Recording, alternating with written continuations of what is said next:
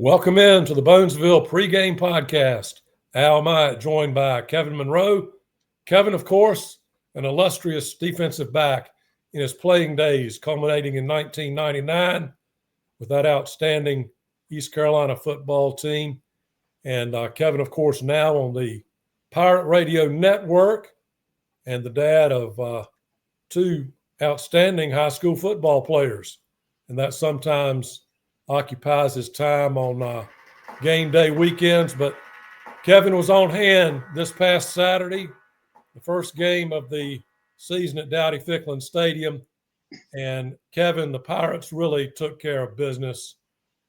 Campbell, of course, a football championship subdivision opponent, less resources, but Campbell did not play down to its competition in a 56-3 victory. Yeah, Al, in my tenure in the booth, I think the Pirates have only lost twice to FCS opponents. One time against North Carolina A&T, the game that had the long lightning break, and then another time against James Madison, the team coached by our own Mike Houston at the time. So it's never a given that the Pirates are going to, beat the FCS opponent, but it's certainly predicted and assumed. But you have to play the football game on the field, not on paper. I think they came into the game 23 or 29 point favorite, something like that. And so they easily covered. And, throughout the week, I can remember different coaches trying to really pump Campbell up, saying, they held the number 9 FCS team in Rhode Island to such and such rushing and such passing, which they did, but the level of competition is just a lot different. The speed is different. The size is different. The playmaking ability is just different. And so, the Pirates, who had 30 yards rushing, net rushing against NC State, ended up with 172 against Campbell. Now, a lot of that came in the second half when the game was out of control. But still, that just kind of gives you a picture of what that matchup was like. So, good effort by the Pirates. Certainly no indication of how they'll do in the remainder of their FBS schedule, but certainly a good home win. Yes, it was. And we talked a little bit before the podcast, Kevin. It was kind of reminiscent of the Ruffin McNeil days because East Carolina got the football first and took advantage, drove and scored, and got that fast start that Coach Blake Harrell talks about. Yeah, and one of my keys for each of the first 2 weeks versus NC State and versus Campbell was to get out fast. And they absolutely did not do that against NC State. They got behind 17-0, I think, at one point.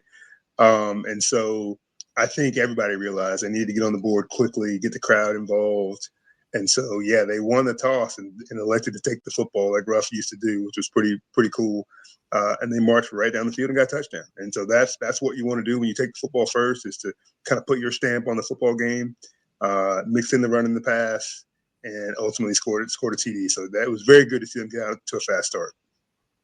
Then they scored on their second possession as well, and I think on the third possession.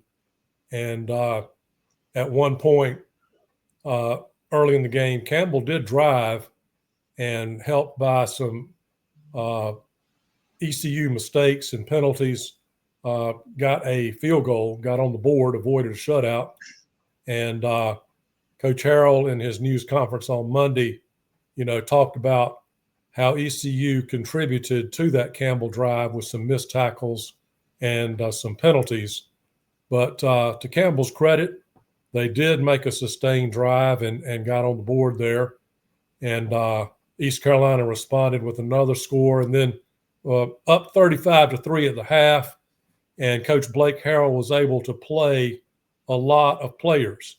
And I think that's good for morale within the program. It breaks the monotony of being out there on the practice field each day of the week and not getting into a game. But a lot of players saw action and gave the coaching staff an idea of what they can do in game conditions. That's right. You talk about that long drive, and I think at halftime, that drive, I think, was 21 plays and for 85 yards and a field goal. And at halftime, they had 89 yards, Campbell did, and 85 of them came on that one drive. So that tells you how big a drive that was. And the one thing that Campbell had some decent success at all game long was screenplays.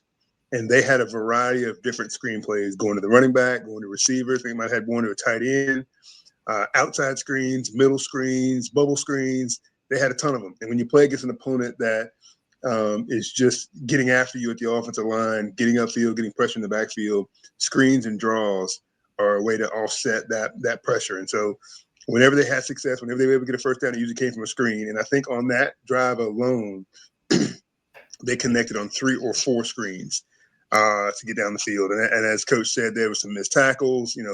There's one time it was like 3rd and 10, and a linebacker was in the backfield ready to make a hit on a running back screen, missed a tackle, and the kid picks up the first down. And so give them credit for finding a way to get some first downs and get that long drive going. But that was kind of the catalyst of that drive, was those screenplays.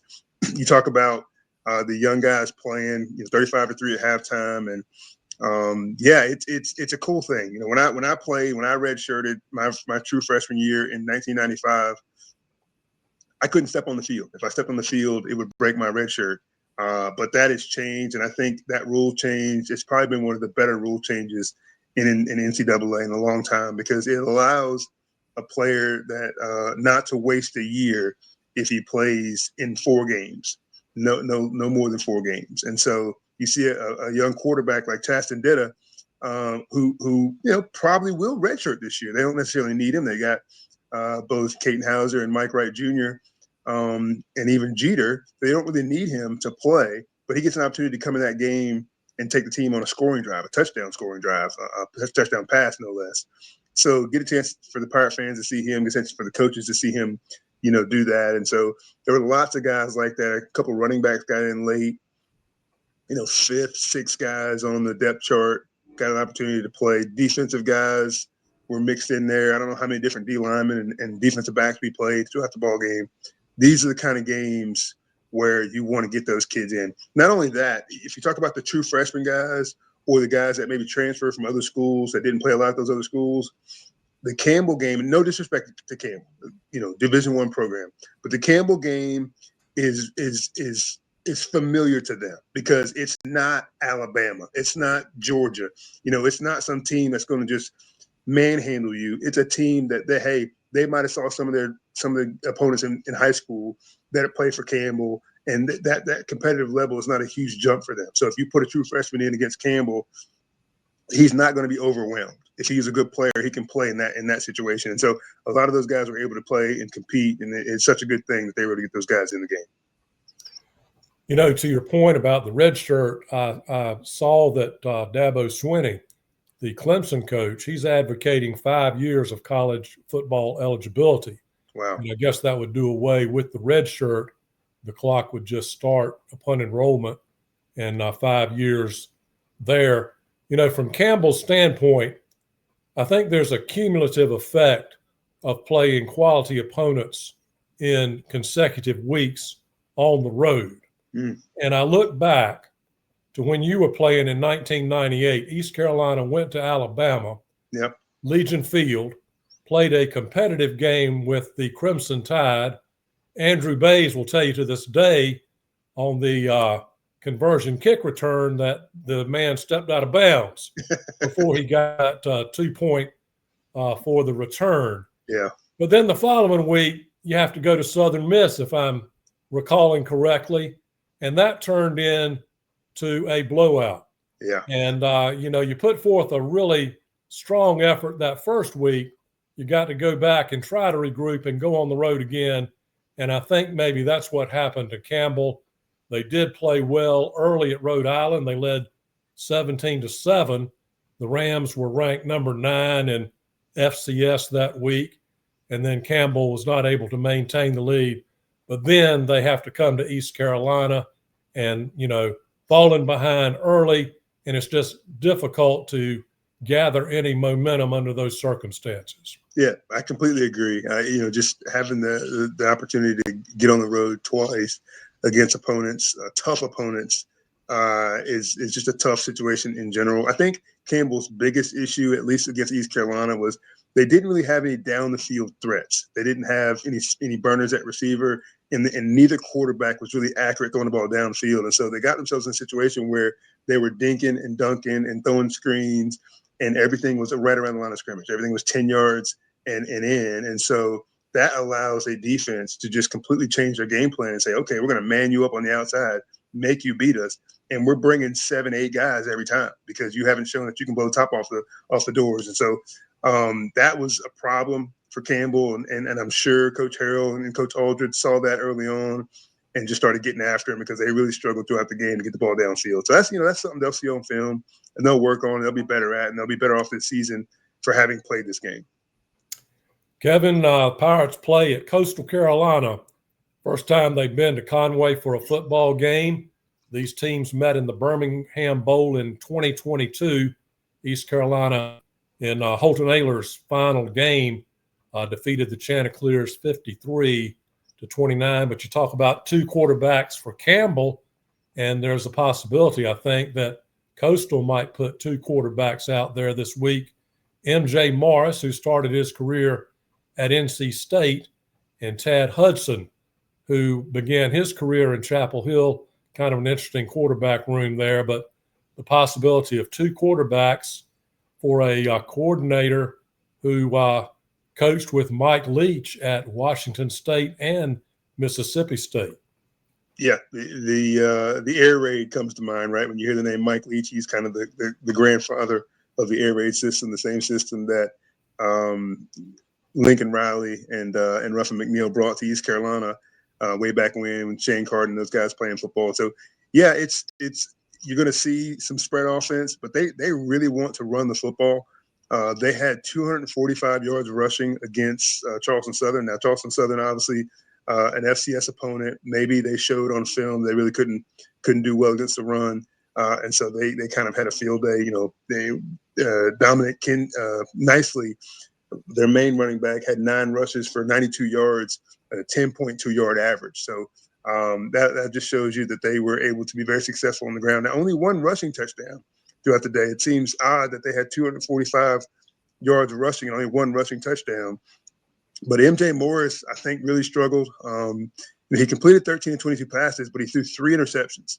So 13 of 22 passes and 3 interceptions and 102 yards passing. He was ultimately benched in that game for Tad Hudson. And so we'll see who the starter is come Saturday for the Pirates. I'm not really sure. I agree that both quarterbacks probably will play.